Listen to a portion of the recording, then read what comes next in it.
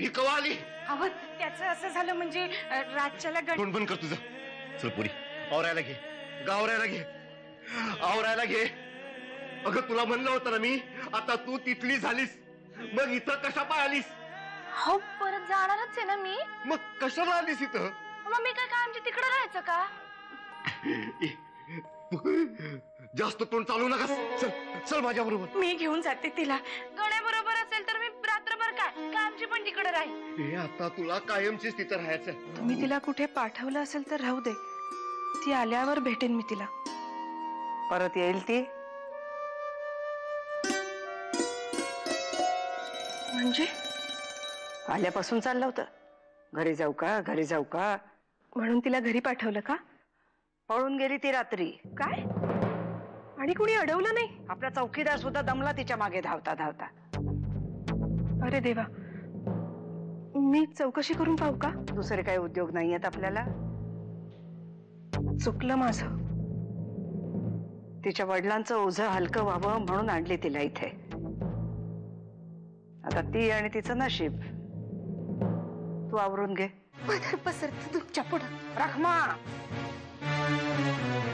तुझ्या पदरापेक्षा या वाड्याची इब्रत जास्त महत्वाची आहे. तिला काही झालं असतं तर चर्चा वाड्याची झाली असती. एक वर पदरात घ्या. पुण्याला असं काही झालं तर वाटतील ते करा. पुन्हा ही चूक होता कामा नये. सुमित्रा, आत घेऊन जा तिला. आई,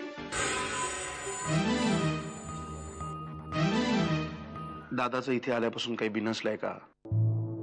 ते तुलाच माहिती. तुझा सख्खा भाऊ आहे ना तो. सख्खा सावत्र असा कधी भेदभाव केलाय आपण? भेदभाव केला नाही. आंबे सगळे तुमच्या वाट्याला, माझ्या वाट्याला मात्र फणस. काटेरी मुंबईतली सगळी पद, आमदारकी सगळं तुम्ही भूषवणार नाही का? आणि माझ्या वाट्याला मात्र गाव खात्यातला कारभार. गाव खात्यातल्या कारभाराची ओझी आमच्या डोक्यावर. भेदभाव झाला नाही. तू असं बोलतोय जणू मुंबईतल्या घरावर तुझा हक्कच नाहीये. आहे ना, तसे बरेच हक्क दिलेत तुम्ही मला. सुमित्रा नावाची धोंड बांधलीत गळ्यात आणि दिलं ढकलून मला विहिरीत. या गावातल्या कित्येक पिढ्या या वाड्याच्या छत्रछायेखाली वाढल्या आहेत. हा वाडा म्हणजे सुबत्तेचं प्रतीक मानलं जातं. आणि या चाव्या म्हणजे त्या सुबत्तेचं प्रवेशद्वार आहे. या चाव्या जिच्या पदराला असतील तिला गावात माऊली म्हणून ओळखलं जातं. या नुसत्या चाव्या नसून हा एक अधिकार आहे. हा अधिकार आज परमेश्वराच्या साक्षीनं तुम्हाला प्राप्त होतोय. मा भ्राता भ्रातारं दीक्षं मा स्वहा मुद स्वहा समैश्च व्रता भूत्वा वाचम वदत भद्रयाः. आत्ताच त्या हरिचरणात लगाकडे जाऊन आलो. आपल्याला साताऱ्याला जायचं आहे. तिथून जिथं मुलाचं काम चालू आहे तिथं जायचं आहे.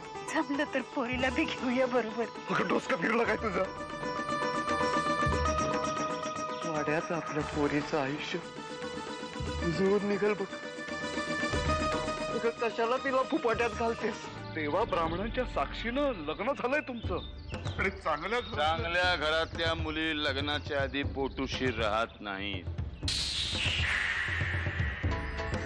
गपगुमान तिला स्वतःच्या झोपड्यात नेऊन ठेवायची. मारून टाकीन पत्ता पण लागणार नाही.